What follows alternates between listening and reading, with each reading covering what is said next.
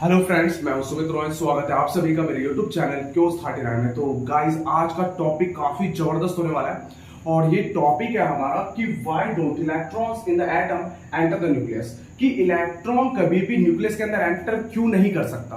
तो क्या कारण है इसका? तो यहां पर हमें पता है कि न्यूक्लियस जो होता है वो प्रोटॉन और न्यूट्रॉन से बना होता है। इलेक्ट्रॉन उसके चारों ओर चक्कर लगाता है किसी एटम में।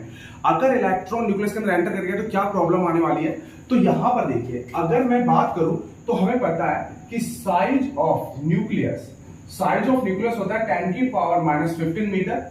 और अब मैं यूज करने वाला हूं यहां पर हाइजेनबर्ग अनसर्टेनिटी प्रिंसिपल का, और ये दिखाने वाला हूं कि इलेक्ट्रॉन न्यूक्लियस के अंदर क्यों नहीं जा सकता। तो हमें पता होना चाहिए कि हाइजेनबर्ग अनसर्टेनिटी प्रिंसिपल, तो हाइजेनबर्ग के अनसर्टेनिटी प्रिंसिपल का यूज करने वाला है। तो इन्होंने बोला था कि किसी भी स्मॉल पार्टिकल का पोजीशन और वेलोसिटी हम दोनों को एक्यूरेसी से मेजर नहीं कर सकते स्मॉल पार्टिकल के लिए, जो कि डुअल नेचर शो करता है। कोई भी छोटा पार्टिकल अगर दोनों नेचर शो करता है, वेव एंड पार्टिकल नेचर दोनों शो करता है, तो उसकी पोजीशन और वेलोसिटी जो है दोनों ठीक ठीक एक्यूरेसी से मेजर नहीं कर सकते। इसमें एरर आता है h/4πm का। अब यहां पर डेल्टा एक्स इनटू में और इधर जाकर के डिवाइड में 4πm इनटू 1/डेल्टा एक्स। अब अगर मैं सॉल्व करता हूं तो h होता है प्लांक्स कांस्टेंट, वैल्यू होती है 6.626 10 की पावर -34, और ये 4 इनटू पाई की वैल्यू होती है 3.14, मास ऑफ इलेक्ट्रॉन लेंगे 9.1 10 की पावर -31। डेल्टा एक्स होता है कि आपका एक्यूरेसी कितना है पोजीशन में।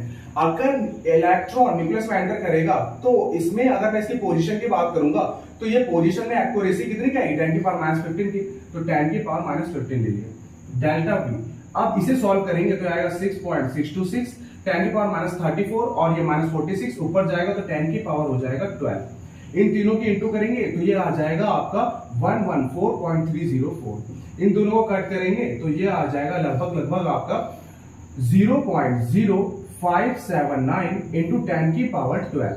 इसको और ज्यादा हम अगर सॉल्व करेंगे सही से तो 5.79 10 की पावर 10 मीटर पर सेकेंड आने वाला। तो यहां पर देखिए, अगर इलेक्ट्रॉन न्यूक्लियस में एंटर कर गया तो इसकी वेलोसिटी हाइजेनबर्ग से किससे ग्रेटर आने वाली? 5.79 10 की पावर 10 मीटर पर सेकंड।